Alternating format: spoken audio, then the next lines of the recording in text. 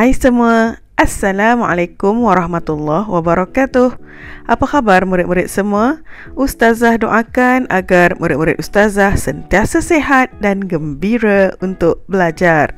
InsyaAllah pada hari ini kita akan belajar cara menjawab di buku aktiviti Pendidikan Islam tahun 3 bahagian adab. Tajuk yang kita akan pelajari ialah ilmu dituntut, adab dipelihara. Okey, murid-murid boleh buka muka surat 124. Kita sama-sama tengok latihan muka surat 124.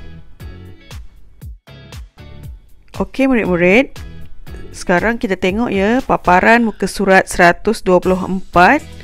Baik, soalan nombor 1, isikan tempat kosong. Di sini ada jawapan di bahagian bawah untuk kita isikan di soalan.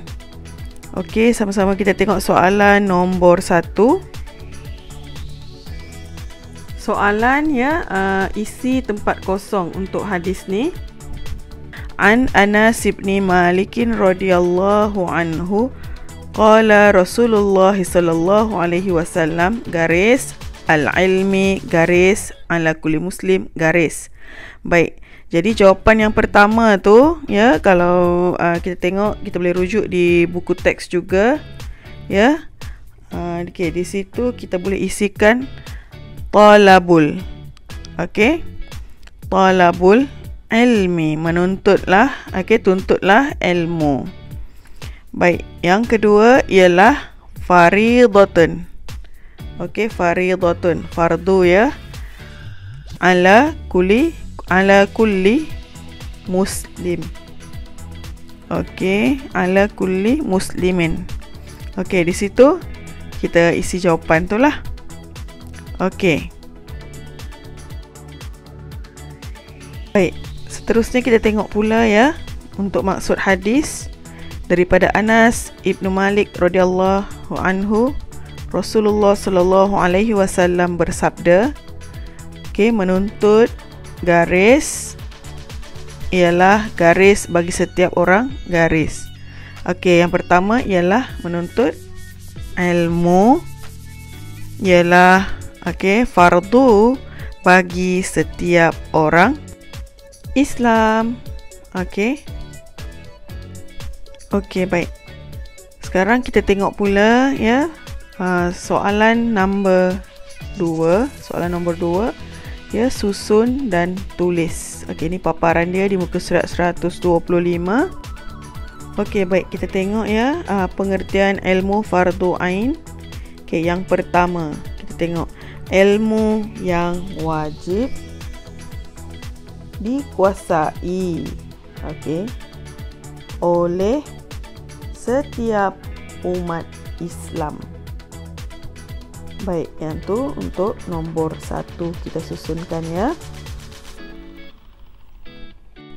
Seterusnya nombor 2 untuk ilmu fardu kifayah. Ilmu yang wajib dikuasai oleh sebahagian umat Islam. Baik, seterusnya kita sama-sama pula tengok muka surat 126. Baik, ini paparan muka surat 126, pilih dan tulis. Baik, di sini ada 8 penyataan untuk kita masukkan dalam kepentingan ilmu fardu ain ataupun kepentingan ilmu fardu kifayah. Okey, kita tengok untuk pilihan jawapan. Baik, kita tengok pensel yang pertama. Umat Islam bertambah maju. Okey, yang kedua, hidup bahagia dan sejahtera. Yang ketiga, mewujudkan masyarakat yang bekerja sama. Keempat, melaksanakan perintah Allah dengan sebaik-baiknya. Kelima, melahirkan tenaga pakar dalam pelbagai bidang. Keenam, membentuk pribadi yang sempurna. Ketujuh, meningkatkan ekonomi negara. Dan yang terakhir, ke-8 ialah menegakkan syiar Islam. Okey, di sini kita kena pilih jawapan ni dan masukkan dalam kotak ilmu fardu ain dan ilmu fardu kifayah. Okey, kita tengok di bahagian jawapan kepentingan ilmu fardu ain dan kepentingan ilmu fardu kifayah. Okey, kepentingan ilmu fardu ain kita boleh masukkan melaksanakan perintah Allah dengan sebaik-baiknya, membentuk pribadi yang sempurna. Okey, macam tu saya tulis hidup bahagia dan sejahtera kan. Kemudian menegakkan syiar Islam. 4 jawapan tu boleh masukkan di kepentingan ilmu fardu ain. Okey, untuk ilmu fardu kifayah pula ialah yang pertama, umat Islam bertambah maju, mewujudkan masyarakat yang bekerjasama, kemudian melahirkan tenaga pakar dalam pelbagai bidang, dan yang terakhir meningkatkan ekonomi negara. Okey, jadi murid-murid boleh masukkan jawapan tu ke dalam kotak jawapan. Okey. Baik, seterusnya kita tengok pula muka surat 127. Okey, di sini paparan muka surat 127, beri pendapat. Okey, di sini kebatlah soalan ni meminta murid supaya berfikir sendiri untuk memberi pendapat. Okey, tengok soalan nombor 1. Jika saya tidak rajin belajar, okey, apa yang terjadi? Okey, jika tak rajin belajar, kita tak ada ilmu. Kita boleh tulis kat situ, saya akan menjadi orang yang kurang ilmu pengetahuan. Okey, soalan nombor 2. Jika saya tidak berdoa, apa yang akan jadi? Okey. Di sini murid-murid boleh, kalau kita tak berdoa jadi apa? Kita jadi orang yang sombong, orang yang keras hati sebab kita tak memohon kepada Allah. Baik ke tak? Tak baik kan? Jadi kita boleh tulis kat sini, jika saya tidak berdoa, saya akan menjadi orang yang sombong dan angkuh. Okey, seterusnya tengok pula soalan nombor 3. Sekiranya saya tidak menjaga masa semasa belajar.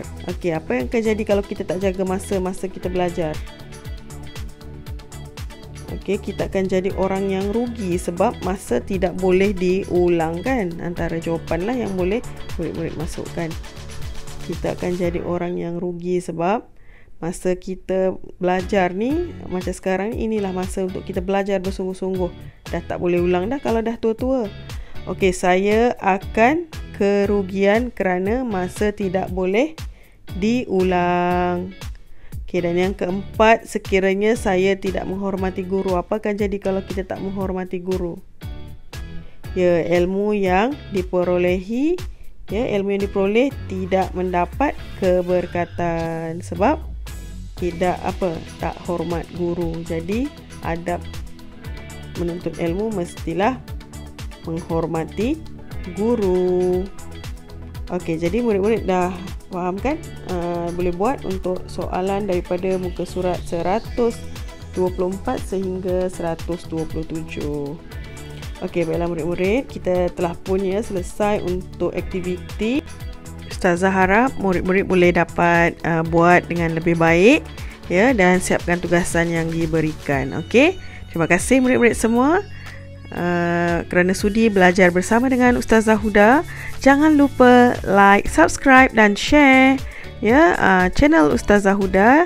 Kita jumpa lagi pada sesi akan datang. Bye. Assalamualaikum.